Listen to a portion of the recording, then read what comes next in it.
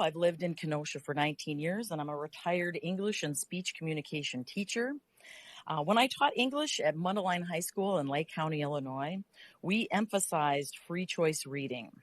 In addition to our school library, English teachers all had personal libraries in our classrooms. I did a short book talk every day, choosing from a wide array of genres, authors, and styles. I gave students 10 minutes at the start of class to read their free choice books, with the expectation they would read for a certain amount of time on their own. They set goals based on how many pages they could read for a given book. A reading rate was calculated regularly, and students were expected to meet a weekly goal based on the challenge of the current selected text. All my kids updated their book lists, set goals, read regularly each week at home.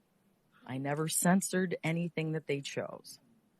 Every year, I would meet a few reluctant readers, and it was always a joy to find the book that would get a student excited about reading.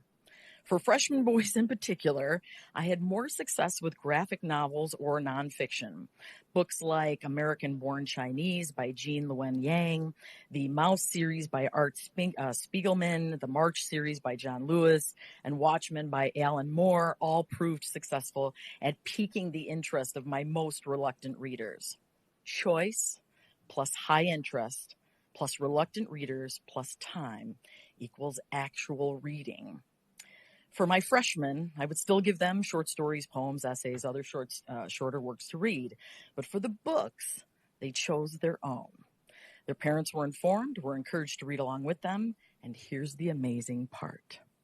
In using this approach, my students and the students of my colleagues, they read far more than they ever did when I was mandating their book choices.